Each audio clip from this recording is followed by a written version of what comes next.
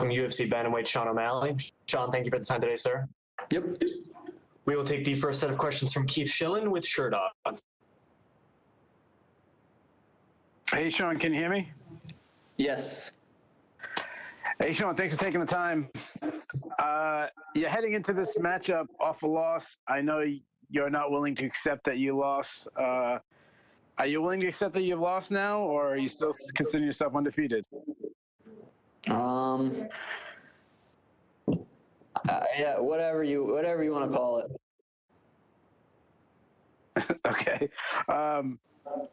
The leg kicks, Marlon Vera attacked you that. Have you changed anything in this camp to kind of be prepared for that?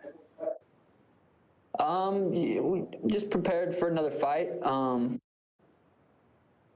We just studied Thomas's game and planned for what Thomas is going to bring to the table.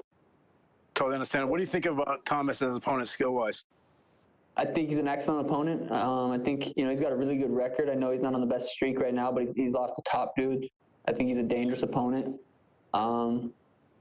He's legitimate all around martial artist. I think his striking, I think it's gonna be a sweet kickboxing fight is what it's gonna be. If it is a sweet kickboxing fight, you've already had some incredible knockouts in the UFC and on the Contender Series. Are you expecting another one of those highlight, sugar show type performances? Yeah, every time I get in the octagon, I don't know if expecting it. I guess I kind of am expecting it. I think, especially with someone that's going to try to strike with me, it'll end in a sweet knockout. Yeah, I guess you could say I'm expecting a sweet knockout. My last question to you. You got a little criticism when you on your podcast a couple months ago with the Megan Anderson thing. I know Casey Kennedy, he's apologized. Are you willing to say you just was, stupid act? Yeah, I don't know if I said anything too bad. If it hurt her feelings, yeah, of course, that wasn't the intentions. Just some guy, just a podcast talk. She was going to do a title fight. Her mind shouldn't even, there's so many people that talk about me that it just doesn't matter. Someone else's words can't make me feel a certain way. So, maybe, if I said something that hurt her feelings, yeah, I guess. That wasn't our intention. It wasn't like, hey, let's try to hurt her feelings today. We're just talking with the guys, and then stuff was said. So yeah, if I hurt her feelings, I'm sorry, but I didn't think it was nothing crazy. Understandable. Good luck to you this weekend. Thank you. We will take our next set of questions from Damon Martin with MMA Fighting. Hey, Sean, your last fight, taking nothing away from Chito Vera, but obviously an injury played a big part in the way that thing played out. And obviously you had the foot injury before earlier in your career. How do you put that game, knowing, listen, injuries are part of the sport, but obviously in a fight, it makes it that much worse. You won one, but then you technically have a loss on your record that was largely because of an injury. Like, does that get in your head at all? No, not really. Eventually I'm going to lose. I'm not worried about not losing. I do jiu-jitsu with some really good people. I train with really good people. I lose in the gym. Losing's not that big of a deal, really. If I lose, one of these days I'm going to lose a fight, and it's, hopefully it's not going to be due to an injury. It's going to be however it ends, and it's going to be fine. But the way I lost that last fight wasn't because he was a better fighter. He was more skilled. How many leg kicks have been thrown from now, or from when that happened till now, and how many times has that happened where you got drop foot? He didn't take me down. My leg completely gave out, and I landed on my back. So, yeah, it happened like that. It is what it is, but it doesn't affect me going into this fight at all. I'm in my mind 12-0, coming off the Eddie fight, and I'm in a good spot. I'm mentally in a really good spot. So yeah, I feel good. It sounds like you're excited for the matchup with Thomas Almeida, but was there any part of you that wanted to run it back with Chito just to kind of settle things? No, I feel like I already beat his ass. I might as well give Eddie a rematch too. So if it happens, if I'm champ and he's the #1 contender, it'll run it back. I think he already went on record saying there's not enough money in the world to fight Sean O'Malley again. I was terrified or something like that. So I don't think if that'll happen again. If it does, it's because I'm champ and he wants wants to get the belt, but I don't. We'll see. You've said, and I know we've talked about this in past interviews, that you've kind of embraced the attention and the the things that you get going into fights, and then you've kind of embraced becoming a star. But that also comes along with a lot of expectations, and it seems like that some people can't handle that. Now you seem to handle it very well. But how is that going into this fight? Obviously, there's going to be high expectations. Can Sean bounce back? How is he going to look after that last one with the injury and things like that? Like, do you embrace that pressure? Yeah, I mean, I truly don't feel it. I don't think like that. I don't even, the only time that ever even comes to my mind is when you guys ask me that question is, so I'm going in there. I already put in the work. Whatever happens Saturday night is going to happen. So I just let it flow. My expectations of what's going to happen is, we'll see. I plan on going in there and taking him out and winning. So if that doesn't happen, I live to fight another day. It's not the end of the world. I just had a baby girl and I have the best wife back home. Got good friends. Like, losing a fight to me it's not a big deal. And I know I got a lot of criticism for handling my last loss. But it's just because you guys ask me questions and I answer it. They say, you guys ask me how I feel. I'm like, I feel undefeated. Then you guys say, be yourself. And I'm like, okay, I feel like I'm undefeated. And they're like, no, don't be yourself. Act like you can handle a lot, so it's, and I say you guys, I don't mean you, obviously, just the people in general, but I don't know where I was going with that, but yeah, I'm ready to go, baby. Yeah. Last one. Obviously, Thomas Almeida is a very quality opponent. He's fought a lot of good guys, but I remember you telling me before, you were ready for the higher ranked guys in the division earlier, and you just didn't get those guys. Assuming everything goes well on Saturday and you get a win over Thomas Almeida, are you still, like, at this point, are you thinking, hey, I do want those guys. I want them to give me the Cody Garbrandts, the Rob Fonts, the guys that I know you wanted to fight. They just didn't give you those matchups. To be honest, like, I haven't thought about it. Talking to Tim too, it was like, who should we have next? And it's like, that doesn't matter. We didn't even come up with a name. We don't even have any ideas. Saturday, March 27th is literally the only date on my mind right now. Thomas is literally the only opponent on my mind right now. The UFC is going to come to me after this fight and offer me whoever they offer me. I think if I get a sweet knockout like I plan on doing, I could probably call out someone. It probably won't be right after the fight. We'll go back and see who's, there's a lot of people that have fights coming up right now. So it's hard to say with the division right now how it's playing out. There's a bunch of fights going on. I'm pretty focused on Saturday. Thanks, Sean. Yep, thank you. Set of questions from Cote Cruz with 4-to-Win MMA. Hey, Sean, how you doing? Can you hear me? Yep. Well, thank you for being here today. We've witnessed some special moments in the cage when the fighter isn't in there for more than himself, when there's a daughter or a son in the back of the fighter's mind.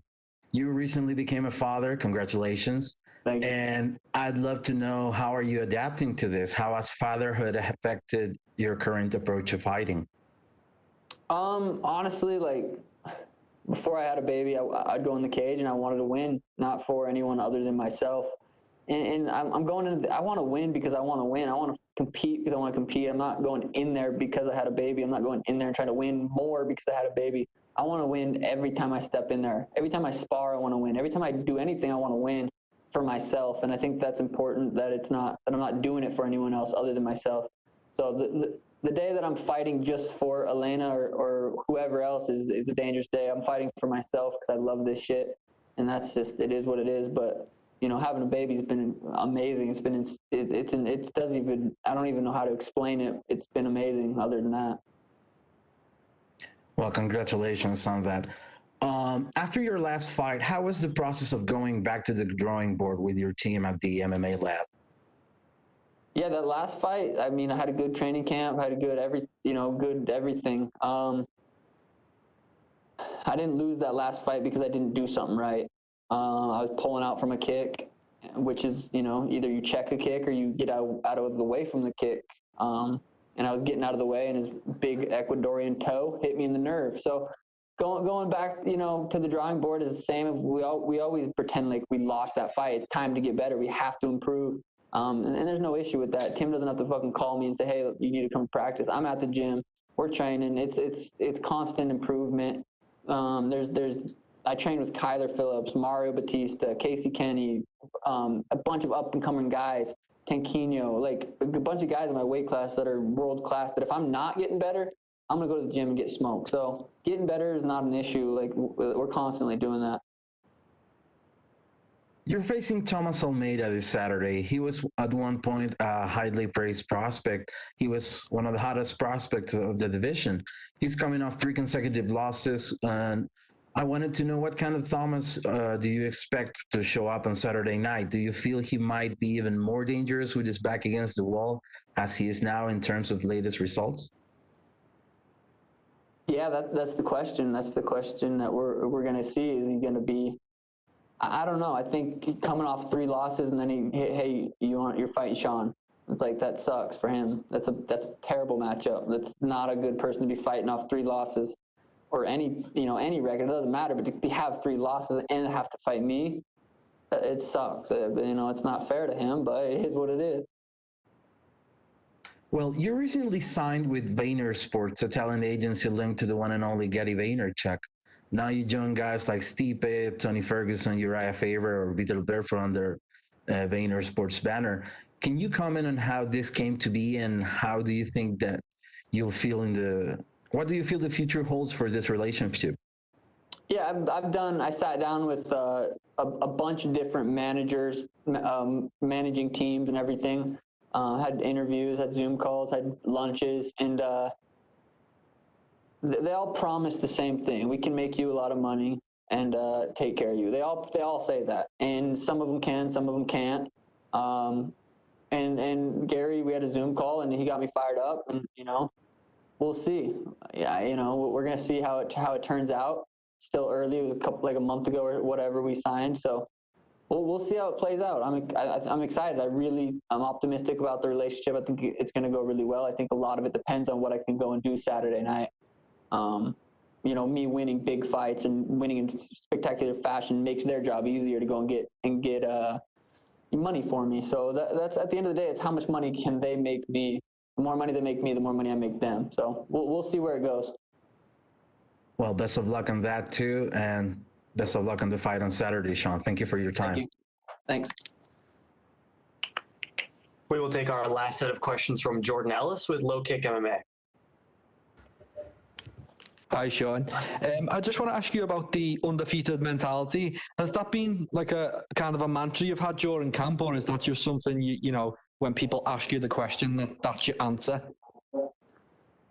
It's just where I'm at in my career right now. I just feel like, if we would have went out there and I lost the decision, I wouldn't say I'm undefeated. It makes no sense. If I go out there and he TKOs me without me falling on my back because my ankle gave out, I'd say I'm 12-1. I have no problem with losing. It's just the fact that how it happened, and now we're at this spot, and I got asked a bunch, and I feel like I'm undefeated. I don't feel like I was beat because he was better than me, or his skills, or I did something wrong, or I didn't prepare in a certain way. So yeah, I think I'm mentally undefeated in my mind because I haven't lost. That's as simple as that. And just going off the back of that, so in camp, based off the last camp, has nothing changed despite the loss? Yeah, no, nothing changed. That fight camp against Cheeto was awesome. It was fantastic. I was in great shape. I was excited to go. I was expecting to go to a decision with Cheeto. I wanted the knockout. I really believed I could get it, but he's tough. He's a tough guy. And I was ready for 15 minutes, and I had great camp. So I was prepared to go 15 minutes. But I've had another great camp, this camp, great sparring. And so I'm ready to go.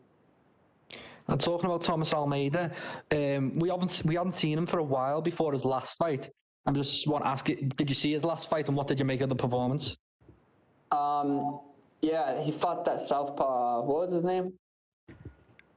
That kid he fought? He lost the other day, didn't he? I forget, but the kid he fought was really good. He was a good kickboxer, southpaw. And Thomas got beat up, and I feel like I'm gonna do the same thing to him, but I'm gonna put his lights out. So yeah, I think I'm gonna put his lights out. And just finally, I want to ask you, what's going on with the hair? Are we back to rainbow colors now? Kinda. We'll see. Okay, good luck with the fight, man. Thank you. Thank you so much, Sean. That's all the time we have for you, sir. Perfect. Thanks.